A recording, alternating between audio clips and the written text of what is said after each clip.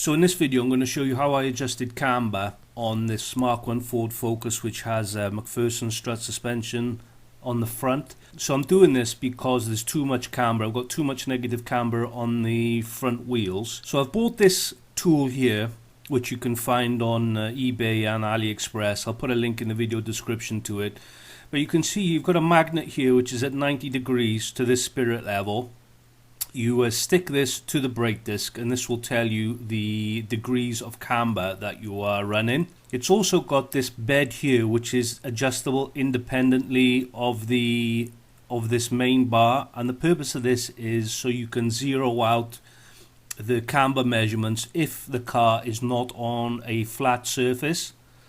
So I'm just saying here that that piece is adjustable. So what I've done here is I've put two pieces of wood on each side of the cement tile that I'm going to be putting these wheels onto. So you can see here there's one piece here and there's one piece on the other side of the car, and I've got this piece of wood on its side, and I've got a 90-degree set square here. So I'm just zeroing out the error because there is these two tiles are not perfectly even. So I've just put it there, and then I'm just adjusting the there's a small screw underneath where you can adjust the bed. So once I've done that, I bolt it to, well, stick it to, it's a magnet on the end, I stick it to the brake disc, and this gives me the camber. So after measuring it out, I've got 2.5 degrees of negative camber on the left side, which is the other side, and I've got 1.5 degrees of camber here, which is too much. Really I want it to be around 0.5, 0.75. I'll try it at that, and if it's not good, I'll take it even more out, but that's the goal at the moment. So this is what I get. Here I'm measuring the distance from the ground to the wheel arch, and I'm also going to do it from the center of the hub to the wheel arch. So I'm going to do that on both sides. Write that down. Now I'm just going to take the wheels off, jack the car up, take the wheel off, and then here, now I've got it all set up. I've got the car jacked up. What I'm doing here is I've got another jack, and I'm going to raise this hub back to the ride height, or close to the ride height, or where it is when the car is on the ground. The reason I'm doing that is when I adjust the camber, I want to be adjusting it where it's going to be, or close to where it's going to be sitting on the road, so I get an accurate adjustment, if that makes any sense. So here I'm just double checking now the distance from the hub to the wheel arch.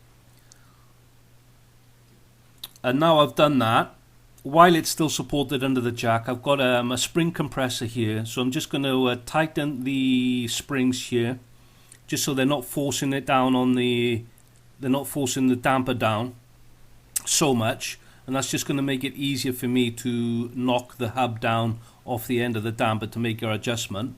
So that's all looks good there, and what I'm doing here is just checking where the camber is before I start the adjustment. And also what I've done here, I've done a little bit of a patenta. I've put a wooden stick here, and it's propped up against the spring seat. So when I'm hammering down on the hub, it's going to make it easier for the hub to slide down on the damper. So now I'm just you can see here now I've got everything off. I've taken the jack off. Well, I've lowered the jack, and now I'm just undoing the pinch bolt at the bottom of the damper. And now this is me hammering now. So sorry I didn't get a picture of what I'm actually doing, but as I said, there's a pinch bolt on the end of the damper. As I'm hammering it down, the damper, because I've got the spring compressors and this wooden stick there holding the damper at the same height, when I hammer down, the knuckle is just going to slide down slowly on the end of the damper. And as I slide that down, as the hub slides down the damper, the camber is going to become more positive. Before I start hammering, I'm going to note down what this says, and then I want to take 1 degree off that, and that is where I want this to finish. Hopefully that makes sense. So you can see that the hub is moving down off the damper. Now I've taken a degree, for example, I've taken a degree off what this was. It's all where I want it, and now I'm doing it doing the pinch bolt back up, and I'm doing it to, well, on this specific car it's 90 Newton meters of torque according to the Haynes manual. So there, I'm just tightening it back up, and then that is all set. So what I've got here is the left and the right side. So it was 640 millimeters between the ground and the top of the wheel arch on the left side, and 643 on the right, and it was 350 between the center of the wheel and the top of the wheel arch on the left side, and 350 on the right side. Before I made the adjustments, as I've just shown, the left side is now 648 millimeters from the wheel arch and 358 from the center of the hub to the wheel arch. The thing with this, the thing with the Ford Focus when you're adjusting the camber, because we're adjusting the ride height to adjust the camber, when we increase the side of the left side of the car, it's going to tilt the car over, like the left side is going to start to get slightly higher than the right, and that is also going to affect the camber. The height of the car is going to affect the camber, as well as this adjustment is affecting the camber. So changing the camber on one side is also going to change the camber on the other. Again, I hope that makes sense what I'm saying.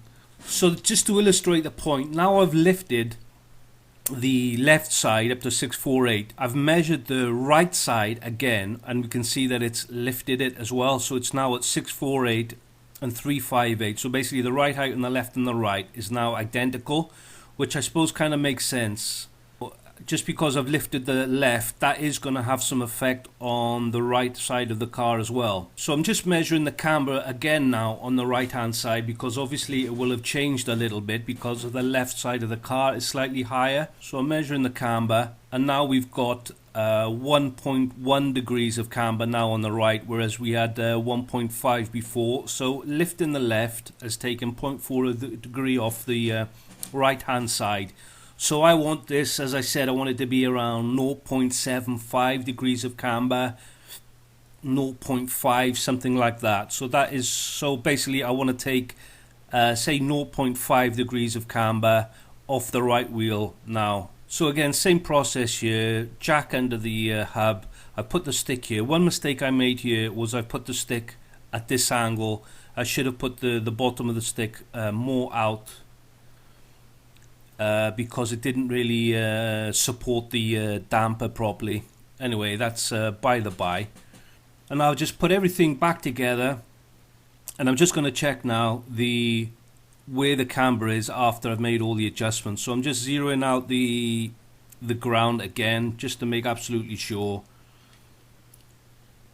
Once I've zeroed out the error, put it back on the hub to measure the new camber on the right, and we've got, I think it's 0.75. okay, 0.8 I measured on the right. It was 1.1 after we made the left adjustment, and after we've made the adjustment on the right, it's now 0.8. So we'll just do the same on the left side, i.e. zero out the error, by adjusting this bed here, and then measure the new camber here, and we can see that it's the new left camber is 0.5 and the right is 0.8, and I think that is going to be, I think it's acceptable. I don't know what the specs are for the Focus. If you do, feel free to leave a comment below. I'm going to say they're probably on around 0.25 to 0.5 on the camber. So I'm a bit out. I want to run a little bit of camber on the front wheels, because I do like the grip that it gives. I mean, it's superb turning. If I need to come back to this in future, I will do. It's not exactly it's not a big headache to do. It's quite a quick job. So I'm going to try it like this for now. So this is what it looks like from the front. You can see that it does go in a little bit at the top, but this is going to be slightly exaggerated because the ground is at a slight angle as well.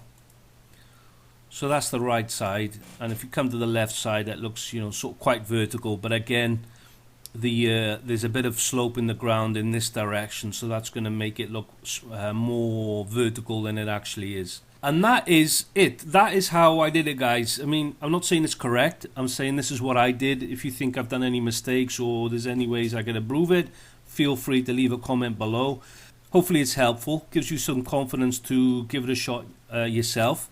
And what allowed me to do this adjustment was this tool here, because it gives you, okay, I've got a spirit level here, but it doesn't give me degrees, whereas this has got degrees marked on the spirit level. Again, I'm not sure how accurate it is.